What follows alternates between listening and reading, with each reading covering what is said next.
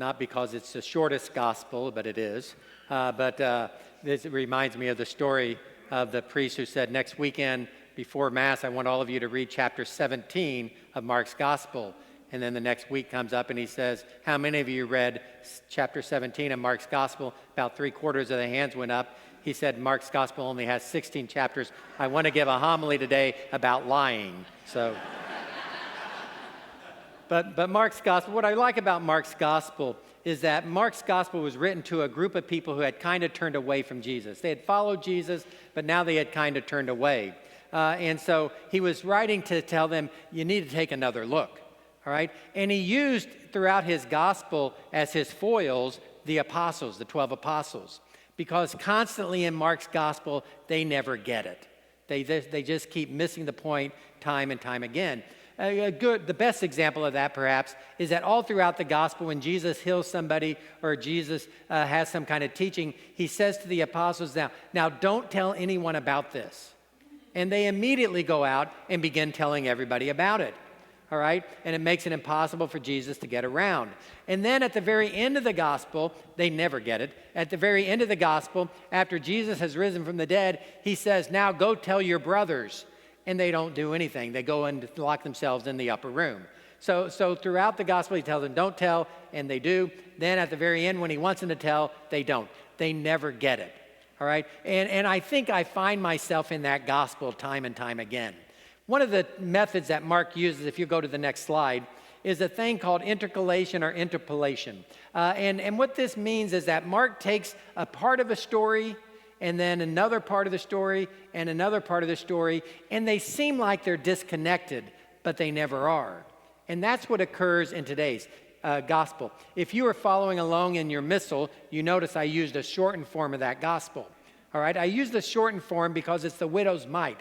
It's what we hear most often. If you go to the next slide, the Mark and sandwich. So the interpolation are the formal names for it, but really I like to call it a Mark and sandwich. All right, and go to the next slide. The meat of that sandwich is the story of the widow's mite. And if you take that story by itself, you think that Jesus is simply upholding this widow for giving her last couple of cents to the church treasury. But that's not what Jesus is doing at all.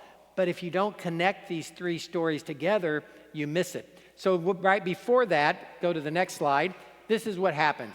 In the course of his teaching, Jesus said to the crowds, beware of the scribes who like to go around in long robes and accept greetings in the marketplace, seats of honor in synagogues, and places of honor at banquet.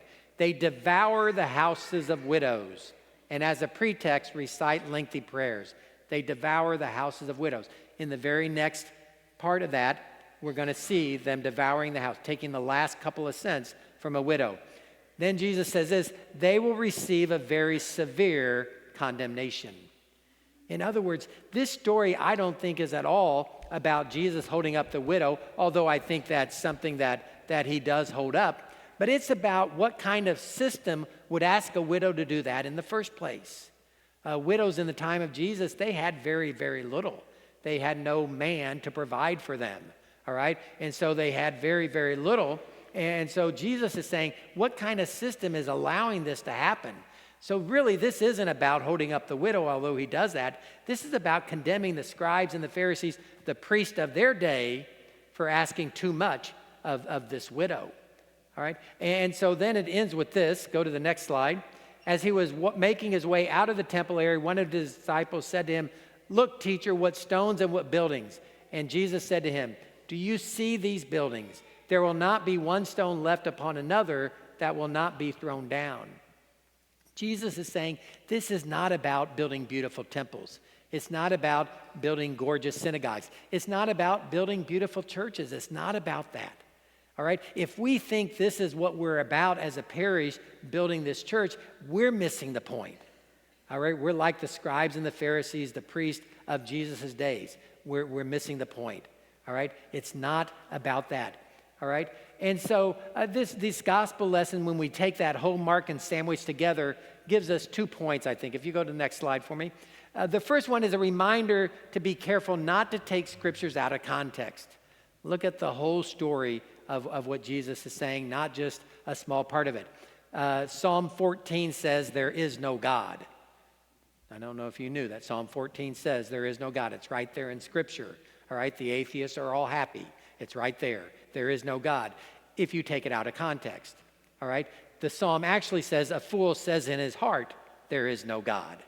All right, so we can take Scripture out of context. We need to be careful not to do it.